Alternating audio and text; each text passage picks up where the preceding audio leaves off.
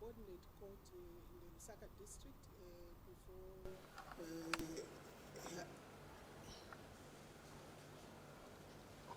we were in the subordinate court in Lusaka district. I think everybody is aware of this infamous case called the People versus Edith Nawakwi, in the matter where the state has taken me to court, purportedly that I abducted one Milton Hatembo and Feluna. These are people who live in southern province in the Lusaka, in the Republic of Zambia. So the trial started today. And the government's star witness, one Milton Hatembo, was on the stand and was giving evidence as to how I purportedly abducted him. It was a marvel to listen to him, and he finished his evidence, and the state closed their case in terms of listening to Milton Hatembo. It was our chance to start cross-examining this particular state witness, but our team applied. I'm being represented by the Honorable State Counsel Chifumu Banda, Honorable MP, and Tresford Charlie of Tresford and Company, and they applied that they would want the court to make arrangements for visual evidence to be presented for the witness to maybe refresh his memory as to the events that he was putting on record. So unfortunately, this particular event just typifies what my colleagues were discussing at this meeting today, where different people from all walks of life and political parties go together to express our disillusionment in the governance of this country. I was pulled away from the team. I would have loved to be there. Our members were there, and our Deputy National Secretary was a master of ceremony, thanks to the team. But I would personally have loved to be there. But this is what Hakainde Hichilema wants. He wants us to concentrate on the side shows and not focus on the real picture. The real picture is that he certainly thinks that the more he harasses the opposition, the better for him. But at the end of it all, what is happening is that he's showing his true colors. His colors of lying, his colors of anger, his colors of not providing direction for the country. His inability to govern is certainly being portrayed in the side shows that he has started to, that he's been doing, where he arrests everyone willy-nilly, takes them to court. And mind you, if I'm in court for the whole morning, the court is robbed of that space when they should be helping people who are in remand, people who are genuinely incarcerated, waiting to be heard by their justices. But most of the space in our Zambian courts have been occupied by political and trumped up cases by the government. It's very sad, and it's unfortunate that we have a president whose only preoccupation is how to fix the opposition. But anyway, the trial has started. We are going to cross-examine this gentleman on the 6th of March and 7th of March. The court has given us 2 days in which to cross-examine the so-called Hakainde's star witness, Milton Hatembo. You didn't get that. There was a joint press briefing today, and you were recognized that, but of course you were represented. You're part of the people that have signed, the statement that was read by State Counsel Sakira Scotta. Why do you think this is important, being part of it? It's extremely important. I mean, the signing and the press briefing today didn't start today. We've been talking for some time.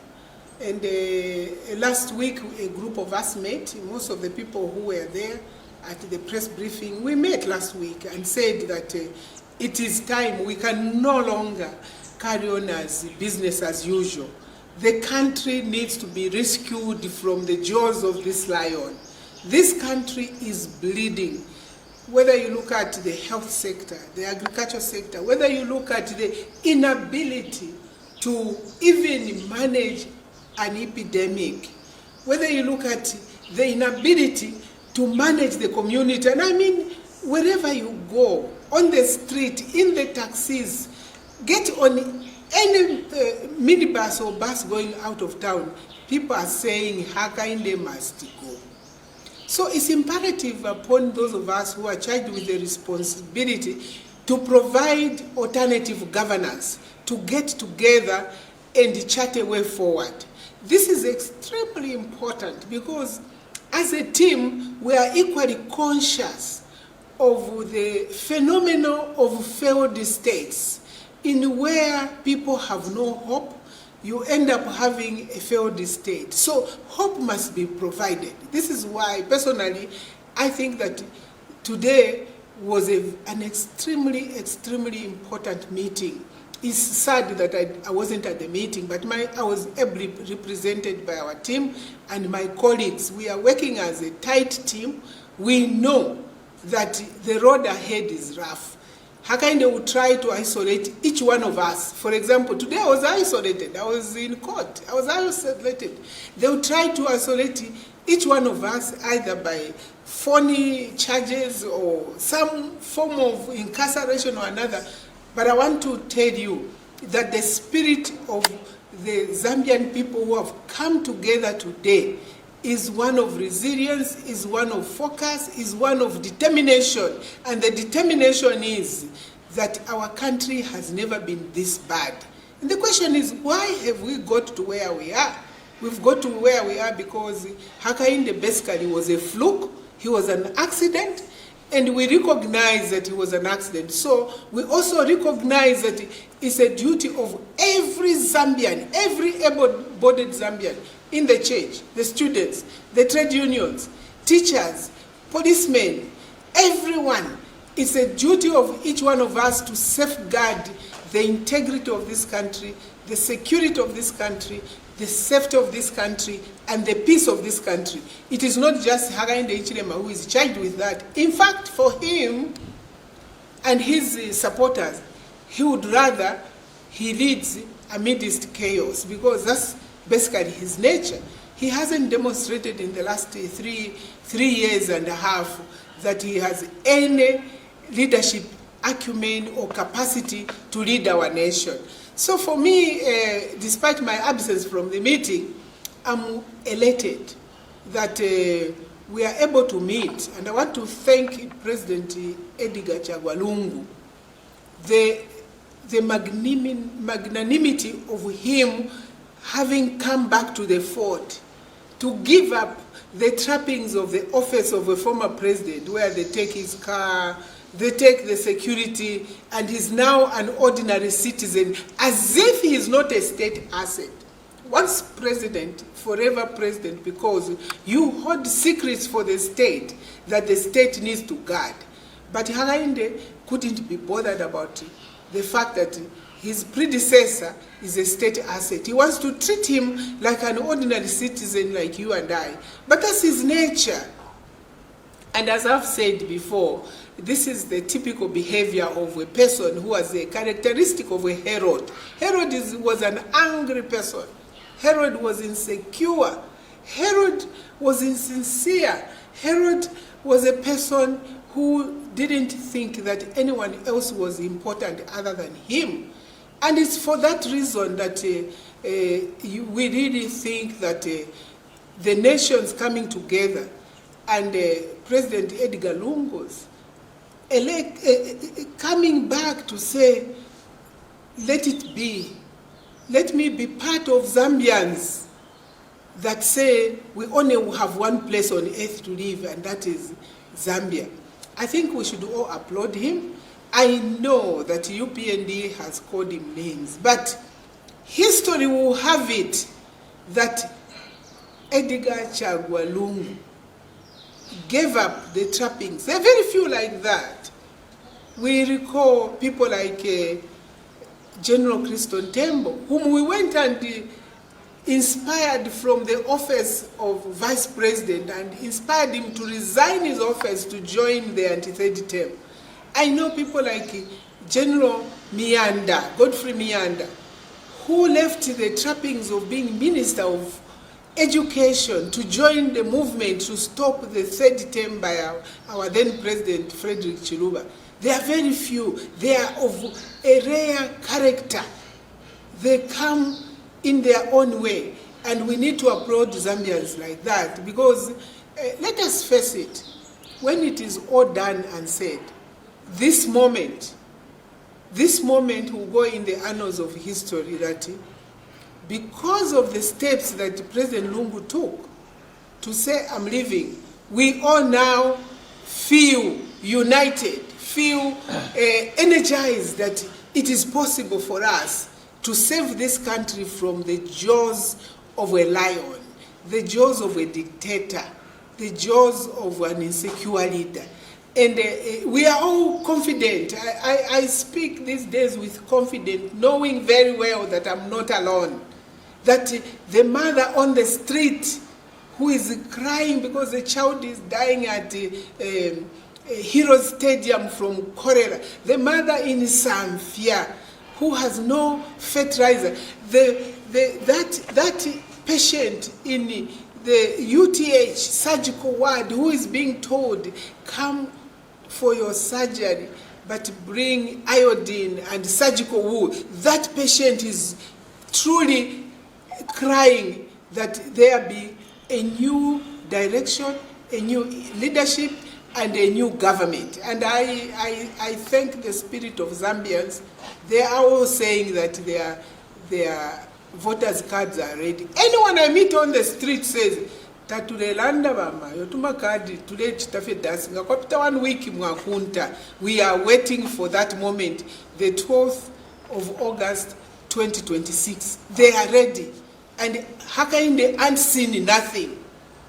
The movement which is coming, it doesn't matter. He can unleash the police. The police equally are with us. The police are saying, Alana tuchula. How can you wake up every day lining up the street to get someone from community house to his office?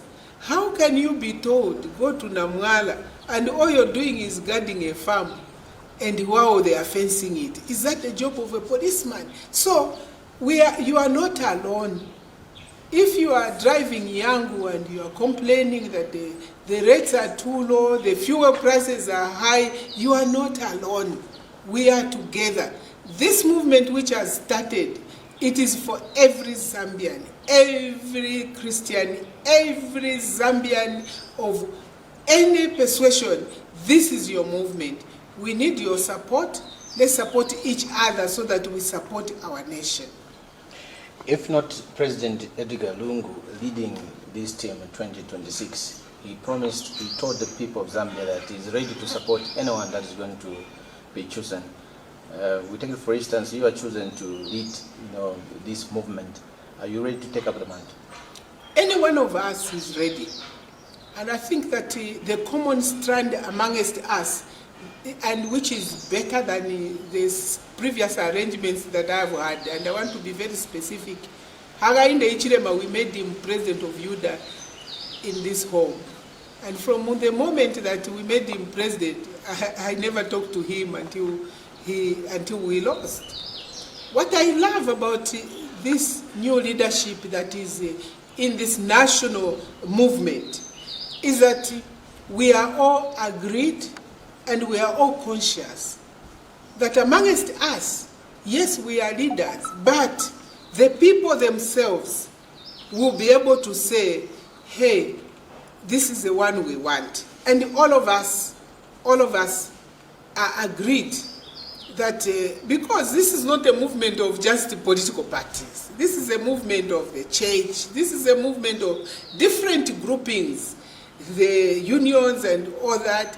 And therefore, we as politicians can't say, it's me who must be president. No, the people themselves may come up and say, hey, all of you don't qualify, but we have someone in Chiengi who needs to be president for us to rescue this country from the jaws of this lion. So the beauty about the people you met today, the people who are speaking, obviously with the inspiration from our former president, and all of us agreed that this is the direction. I think you noticed that even Osida was there in the meeting, and other people were there.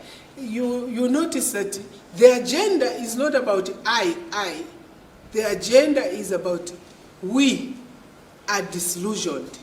And therefore, where are we going?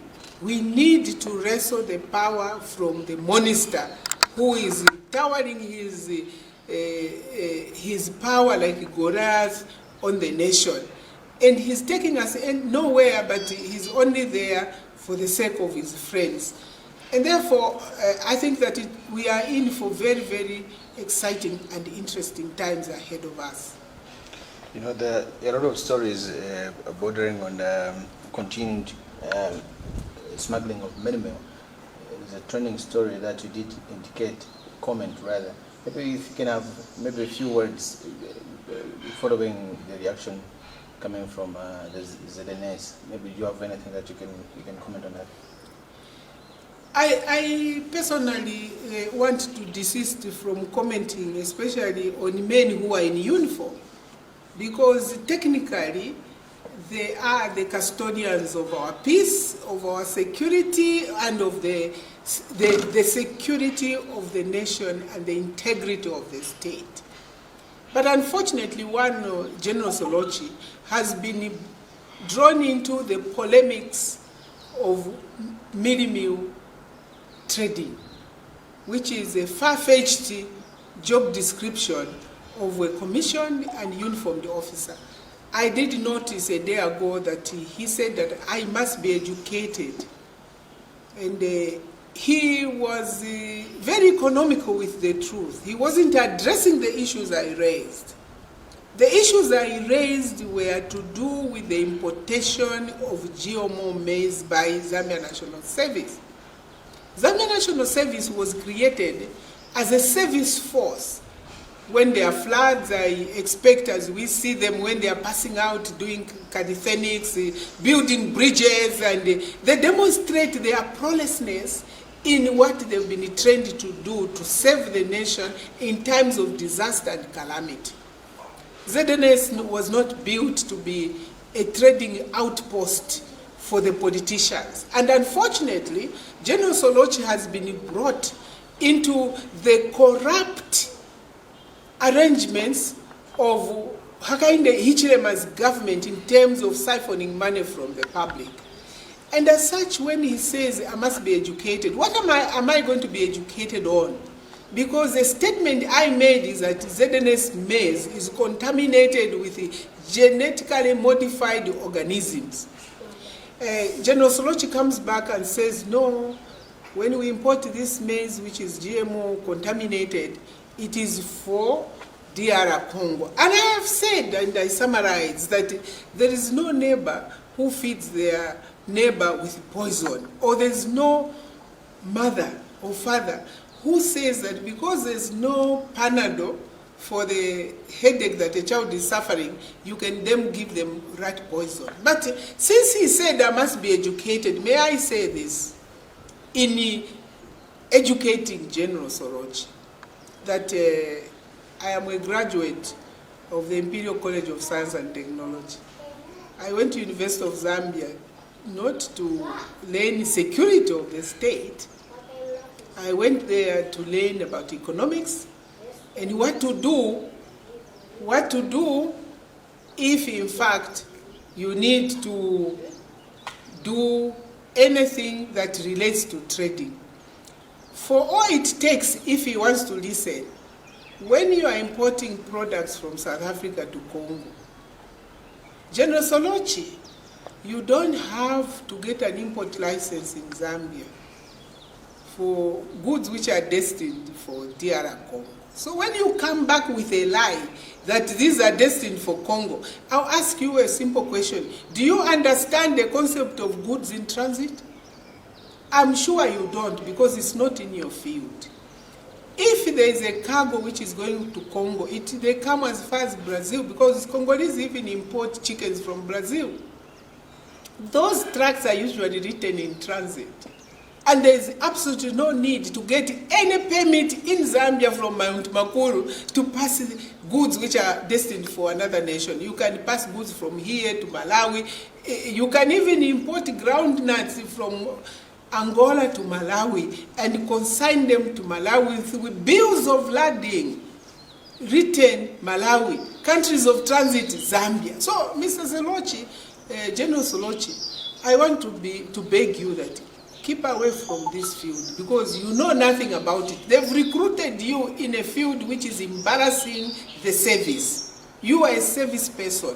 And by the way, as a general, he's custodian of the armory. So when he starts interacting with me, the person he's supposed to defend, I get scared. But by nature, I want to say that Hakainde, instead of going to the Minister of Agriculture to answer the question, he asked General Solochi, and it comes very clear. For once, Mutoro has come out clean that he knows nothing about what they are doing, importing GMOs, because Mount Makuru issued the import permit, and the permanent secretary authored the letter. So you cannot tell a lie like Herod and try to cover it. Even in Herod's time, the three wise men were told, don't go back to Herod because he's just lying. I just beg the commissioned officer, General Solochi, to keep away from the polemics of corruption and the polemics of trade, because he doesn't know. I want to actually state that as Minister of Energy, I could load a ship sitting in the office, which is in the Gulf. So I understand international trade. So I don't need to be educated. What you can say, at this point in time, you say you are sorry, you are stopping importing GMOs. If indeed you are feeding our neighbors with GMOs, may I educate you, General, that consign those cargoes destined for the specific country, but they should be labeled in transit. And there's absolutely no need for our biosecurity department to issue permits. You need to explain that component. Don't duck it and say, no, there's maize at this pinning company, there's maize at that pinning company. Hakainde Hichilema has fluffed it. The way he has fluffed the handing back of KCM to Vedanta, he has fluffed it. He has reached a red line. For me, Hakainde Hichilema and his team have crossed a red line, and they must go. And we don't want our officers to be embroiled in the constant turnover of presidents. We want a professional service. I should be able to walk into the office as a president and say, officer, you are continuing. But this habit of every president goes with their generals, I think it must be stopped, because they are public servants. But if their behavior is like this, where he thinks that he must tell of President Edith Nawakwi, no, Madam Nawakwi must be educated. Educated in what? On the issue of trade, I don't think you understand what you're talking about. This is not like digging a trench, my dear. This is international trade. Leave it to the people who are vested. The director of trade at whatever ministry, commerce, trade and industry. Go to them and say, how are these things done? Then you won't falter, because then you say they are just instructing you. It's better to say, the president has instructed you because he's your commander-in-chief. He's entitled to instruct you. But don't try to cover up on his behalf, because you reveal yourself as a person who is not telling the truth. And we like our commissioned officer, the way they come, smart in uniform, intelligence, and we revere them as our protectors, as our security, as our assurance for us having a continuity of a viable state. As we were concluding with 2023, fuel prices were constant. Later on, government this year announced that it had depleted fuel in the reserves. Today, ERB is expected to announce the fuel pump prices going forward. Maybe what can be your comment regarding fuel prices in the country? Actually, ERB lied You see, this is a challenge that I have with Hakainde's government.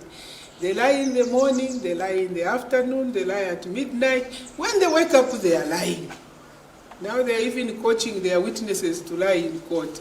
So the truth is that they went to IMF and signed up an agreement with the International Monetary Fund that they were going to remove subsidies from the fuels. And you know, they removed subsidies on petroleum products, on ZESCO. They removed the subsidies on several other things. Now you can't turn up in January and say, no, we've exhausted the money which we were using for subsidies. As if you're talking to I don't know what they think we hold as Zambians. Like we don't have brains. So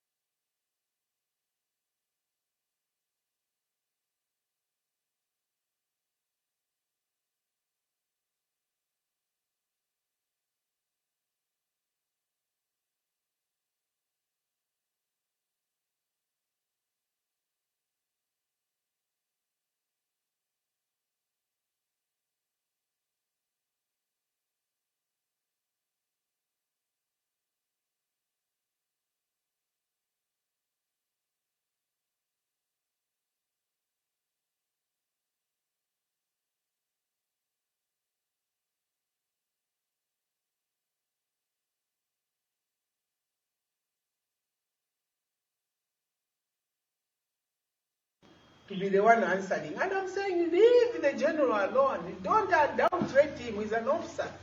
So it lies in the morning, lies in the afternoon. Look at this thing called KCM. You know, I sometimes I even wonder whether we have a president or we just have people who know nothing in the government. Because here he is. We all know that Vedanta is extremely broke. First and foremost, in 2011, Vedanta passed a book entry of 500 million onto KCM books and said that they had lent KCM 500 million.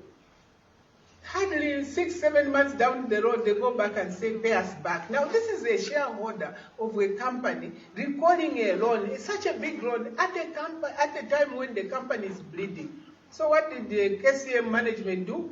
They ran to South Africa to a private bank and borrowed $700 million to pay their own shareholder.